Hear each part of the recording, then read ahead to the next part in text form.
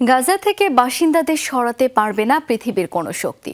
জাতিসংঘের বৈঠকে এই হুঁশিয়ারি দিলেন ফিলিস্তিনের প্রতিনিধি রিয়াদ মনসুর।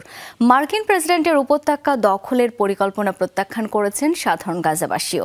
তাদের ক্ষুব্ধ প্রতিক্রিয়া, এটি যুক্তরাষ্ট্রের নয়া নীল নকশা।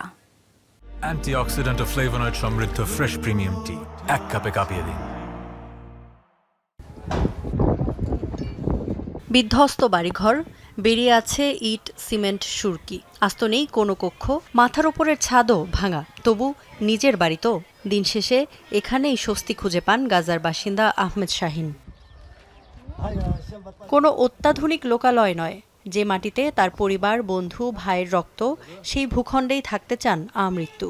গাজার পুনর্গঠন ইস্যুতে মার্কিন প্রেসিডেন্টের বক্তব্য তার কাছে হাস্যকর। যুদ্ধ চলাকালে গাজা ছেড়ে যায়নি, আর পুনর্গঠন প্রক্রিয়ার মধ্যে থাকতে পারবো না।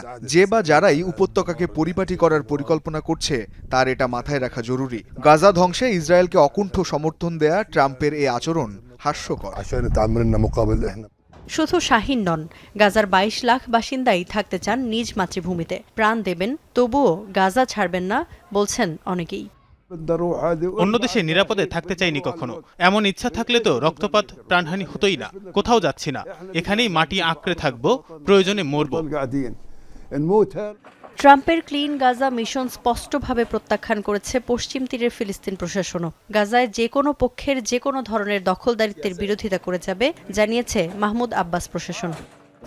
প্রেসিডেন্ট থেকে সাধারণ জনতা সবাই ট্রাম্পের প্রস্তাবকে স্পষ্টভাবে প্রত্যাখ্যান করেছেন। গাজা ফিলিস্তিন রাষ্ট্রের অংশ, বাসিন্দাদের সরানোর পরিকল্পনা সমর্থন করি না। সৌদি আরব, জর্ডান ও মিশরের অবস্থানকে স্বাগত জানাই। ফিলিস্তিন ছাড়া আমাদের কোনো দেশ নেই, আর গাজা অবিচ্ছেদ্য অংশ। পৃথিবীর কোনো শক্তি গাজাবাসীকে উৎখাত করতে পারবে না। উপত্যকার পুনর্গঠন জরুরি, সেজন্য পুরো বিশ্বেরই সহযোগিতা চাই। দ্বিতীয় দফায় মার্কিন প্রেসিডেন্টের দায়িত্ব নেয়ার আগেই গাজা ইস্যুতে সরব ডোনাল্ড ট্রাম্প। মঙ্গলবার ইসরায়েলি প্রধানমন্ত্রীর সাথে বৈঠকে আরও স্পষ্ট হলো তার কূটচাল। ইফফা তারা খন্দকার, যমুনা নিউজ।